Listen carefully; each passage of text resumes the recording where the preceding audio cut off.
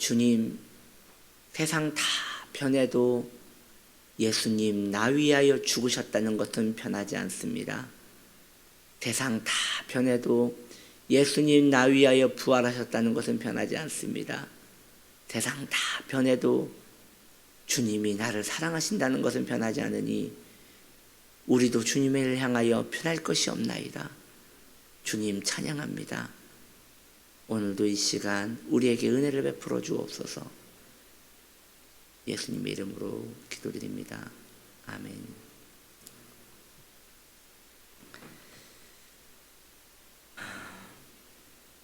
하나님 말씀 출애굽기 17장 14절부터 16절까지 길지만 천천히 우리 읽겠습니다. 17장 14절로 16절. 여호와께서 모세에게 이르시되 이것을 책에 기록하여 기념하게 하고 여호수아의 귀에 외워 들리라. 내가 아말렉을 없이 하여 천하에서 기억도 못하게 하리라. 모세가 제단을 쌓고 그 이름을 여호와 니시라고 하고 이르되 여호와께서 맹세하기를 여호와가 아말렉과 더불어 대대로 싸우리라 하였더라. 아멘. 오늘 말씀의 제목은 여호와 니시입니다. 오늘 말씀을 전하기에 앞서 이제 그 다음 설교 내용에 대하여 잠깐 언급할 내용이 있습니다. 지금 우리가 출애굽기 강해를 쭉 하고 있는데 이제 오늘까지가 17장 마지막 이야기예요. 그러면 이제 다음 주 월요일 날에는 18장을 나누어야 하는데 18장에 어떤 내용이 나오느냐, 이드로가 모세의 아내를 데리고 오는 그런 내용입니다. 그리고 이드로가 모세에게 혼자 일하지 말고 50부장, 100부장 이렇게 나누어서 이제 일을 시켜라 라는 내용이 나오는데 이 부분에 있어서 제가 이 부분을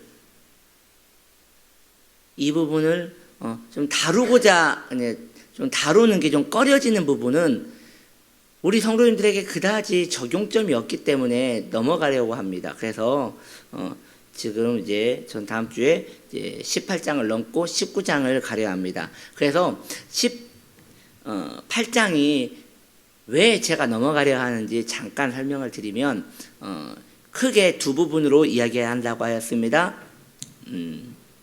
십보라 이야기와 십보라가 이제 그의 아버지 장인 이드로와 모세를 방문한 사건, 그리고 그의 두 아들이 모세의 두 아들이 온 사건, 그것과 또 후반부에 50부장 100부장으로 나누어서 일을 맡겨라 라는 부분인데 제가 이 부분에 있어서 제가 깨달아지기에는 첫 번째, 십보라가 돌아온 것은 이스라엘이 이후에 주님께 돌아오는 사건으로 이해를 할 수 있는 것입니다. 이스라엘이 주님을 떠났다가 돌아온 사건으로 이야기하고 싶은데 물론 이것도 우리가 알면 좋겠지만 저는 이스라엘이 주님께 돌아오는 부분에 있어서는 그렇게 좀 흥미를 느끼는 부분이 없어서 좀 그 시간을 많은 시간을 할애해서 성도님들과 나누고 싶은 생각은 별로 없어서 넘어가려 하는 것입니다. 저는 믿지 않는 자들이 주님께 돌아오는 것에는 마음이 동하고 또 우리 성도님들이 은혜에서 멀어졌다가 주님께 돌아오는 부분에 있어서는 제 마음이 동하지만 그 먼 나라 이스라엘이 언약대로 주님께 돌아오는 사건에 대해서는 굳이 이 부분을 이렇게 설교를 통하여 오랜 시간 다루고 싶은 마음이 없어서 그렇게 했다는 것을 말씀을 드리고요. 또 후반부에 이드로가 모세에게 이야기를 하지 않아요? 이제 너가 혼자 하면 지치니까 나누어서 분업을 해서 일을 해라. 이 부분도 저는 이 부분을 이런 식으로 해석하고 있습니다. 이드로는 이방인입니다. 즉 하나님께 속한 자가 아닙니다. 육신의 말을 한 것이에요. 그래서 모세가 그의 말을 듣지 않고 하나님의 명령대로 혼자 하는 것이 맞았다고 저는 생각을 합니다. 그런데 이 부분도 목회자에 관련된 이야기이기 때문에 또 긴 시간을 들여서 성도들과 오랜 시간 이야기할 그 의미를 찾지를 못해서 이렇게 짤막하게 제가 설명을 해드리고 이제 다음 주에는 19장으로 넘어가니 18장은 왜 안 하지? 라고 이런 생각에 대해서 좀 마음이 어려움이 없으셨으면 좋겠습니다. 괜찮으시죠? 괜찮으시죠? 예, 제가 왜 그런지 이제 이해가 되시죠? 예. 이제 시작하겠습니다. 오늘 17장 이제 마지막 이야기입니다. 오늘 말씀의 제목 여호와 니시입니다. 전쟁은 이스라엘의 승리로 끝이 났습니다. 그러나 전쟁이 완전히 끝난 것은 아닙니다. 아직 도망친 아말렉 사람들이 있기 때문입니다. 하나님께서는 모세에게 말씀하시기를 아말렉 사람들을 모두 언젠가는 진멸시키겠다고 약속하십니다. 모세는 이 전쟁을 기념하여 단을 썼습니다.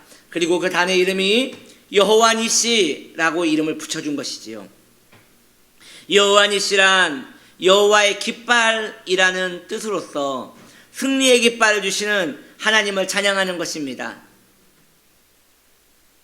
고대 시대에 적과 적이 싸울 때에 이 전쟁이 얼마나 치열한지 모릅니다. 그 당시에는 미사일도 없고 큰 폭탄도 없었기 때문에 오로지 칼과 창으로 싸우니 얼마나 지리하고 오랜 시간 동안 싸워야 하는지 몰라요. 그런데 중요한 것은 언제 전쟁이 끝나느냐? 상대방 성에 깃발을 꽂으면 전쟁은 끝나는 것입니다. 이건 여러분이 좀 이해할 필요가 있어요. 지금 적들이 아무도 안 죽었어요. 그런데 문득 몇 명의 장수가 담을 넘어서 그 성에 있는 그 장수의 가장 큰 자를 목을 베고 거기에 깃발을 꽂으면 여전히 싸울 수 있는 모든 것들이 준비되어 있음에도 불구하고 그 전쟁은 진 것입니다. 하나의 원칙 같은 거예요. 이와 마찬가지로 깃발이란 여호와의 깃발이란 내가 흔들어서 중요한 게 아니라 그 깃발이 적의 정수리에 꽂혔기 때문에 중요한 것입니다. 그래서 지금 모세가 강조하는 이 여호와의 깃발은 내가 들고 있는 깃발이 아니라 적에게 꽂혀 있는 깃발을 바라보며 말하는 것임을 이해하시기 바랍니다. 우리는 여기서 한 가지 생각해 볼 것이 있습니다. 전쟁은 끝이 아직 안 났어요. 모세는 아직 승리를 온전히 한 것이 아니에요. 그런데 모세는 미리 승리의 깃발을 노래한다는 것이에요. 미리 꼭 깃발을 꽂은 것 같이 노래한다는 것이에요. 여러분, 이게 신앙이에요. 이게 믿음이에요. 다 되어지고 다 가진 다음에 내가 이겼다라고 하는 건 누가 못합니까? 그건 신앙도 아니고 믿음도 아니고 현상적인 문제이지요. 신앙과 믿음은 가보지 않고 누리지 않았음에도 불구하고 내가 주님의 언약을 의지하여 깃발을 꽂고 내가 승리하였습니다. 할렐루야! 라고 외칠 수 있는 것이 그것이 신앙이며 믿음입니다. 지금 여러분의 상태는 어떠십니까? 우울하십니까? 지금 무기력하십니까? 아무것도 하기 싫으십니까? 세월이 허무하십니까? 혼자 있는 것 같습니까? 내일이 두려우십니까? 매일매일이 정말 지겨우십니까? 다 상관없습니다. 믿음을 가지십시오. 주님이 여러분들의 깃발을 주셨잖아요. 내가 너와 함께하리라는 깃발을 주셨잖아요. 내가 이후에 너와 함께 할 것이라고 깃발을 주셨잖아요. 너를 천국 백성으로 만들 것이라고 깃발을 주셨잖아요. 너는 나중에 죄를 무력화시키고 너는 새로운 몸과 새로운 정신으로 살 것이라고 우리에게 약속하셨잖아요. 그러면 그 깃발을 내 손에 잡히는 것 없고 내 눈에 보이는 것 없고 내 마음에 잡히는 것 없더라도 깃발을 냅다 꽂는 거예요. 그리고 외치는 것입니다. 주님이 이기셨습니다. 주님이 이기셨습니다. 주님 곁에 내가 있으니 나도 이겼습니다. 예수 승리, 나의 승리. 예수 부활, 나의 부활. 예수 영광, 나의 영광. 할렐루야. 새벽부터 너무 오버한 것 같습니다.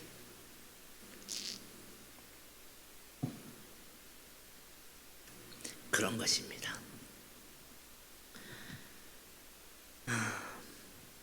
이게 믿음이에요. 그래서 믿음은 누군가에게 이해를 받을 수 없는 거예요, 여러분. 믿음은 누군가에게 이해를 받을 수 없는 거예요. 아무도 알 수 없는 비밀한 거예요. 주님과 나와의 비밀한 거예요. 그러므로 우리의 싸움은 아직 끝나지 않았습니다. 그러나 주님께서 이 전쟁의 승리를 이미 약속하셨습니다. 그렇다면 성도는 승리의 깃발을 흔들 수 있어야 하는 것이에요. 여전히 패배하고 있어도 나는 이겼다라고 흔들 수 있는 것이에요. 우리는 때로 자주 원수의 계략과 육신의 정욕에 패배합니다. 그러나 그럴 때 해도 승리의 깃발을 흔들어야 합니다. 혹 무너졌더라도 아니 나는 이기고 있는 중입니다. 나는 승리하고 있는 중입니다. 주님이 지금 나를 기다리고 계십니다. 그 승리의 언덕에서 나를 기다리고 계십니다. 라고 고백하며 그럼에도 불구하고 걸어가야 하고 나아가야 하는 것이에요. 그 이유는 주님의 승리가 곧 우리의 승리이기 때문입니다. 빌립보서 3장 21절은 이렇게 말합니다.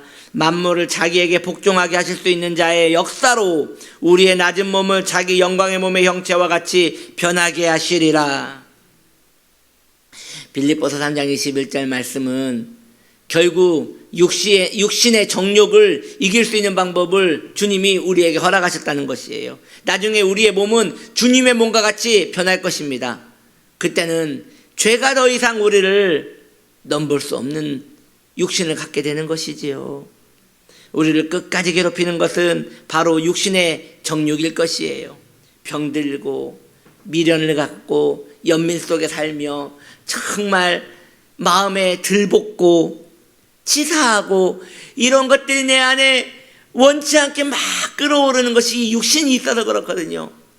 그러나 이후에 주님이 오시면 이 육신은 주님의 몸과 같이 화되어 그때는 세상과 나는 간 것 없고 구속한 주만 기억할 수 있는 우리의 육신을 가지게 될 것입니다. 그날 모든 전쟁은 끝이 날 것이고요. 승리의 깃발을 휘날릴 것입니다. 약속대로 승리의 깃발은 휘날리게 될 것입니다. 그날은 승리의 날이며 주님은 변개함이 없으실 것이니 주님은 그 약속과 함께 성도를 그 약속의 자리로 이끌어 주실 것입니다. 우리의 삶에서 이제 우리의 삶에서 깃발을 흔들기를 바랍니다. 지금 깃발을 흔드세요. 지금 아무것도 보이지 않고 잡히지 않아도 깃발을 흔드세요. 승리한 자같이 사세요. 어차피 승리할 건데 승리한 자같이 살면 좀 어떻습니까? 승리하신 주님을 영원토록 찬양합니다. 기도합니다. 하나님, 예수님 승리, 나의 승리입니다. 내 손에 잡히는 것 없고 아무것도 느껴지지 않아도 주님 뒤로 물러가 침륜에 빠지지 않겠습니다. 오히려 더 나아가 이 침수를 가르고 나아가 승리를 외치겠습니다. 주님 우리와 지금도 함께 계시니 승리의 그날에도 우리와 함께 하실 주님을 영원토록 찬양합니다. 예수님의 이름으로 기도드립니다. 아멘.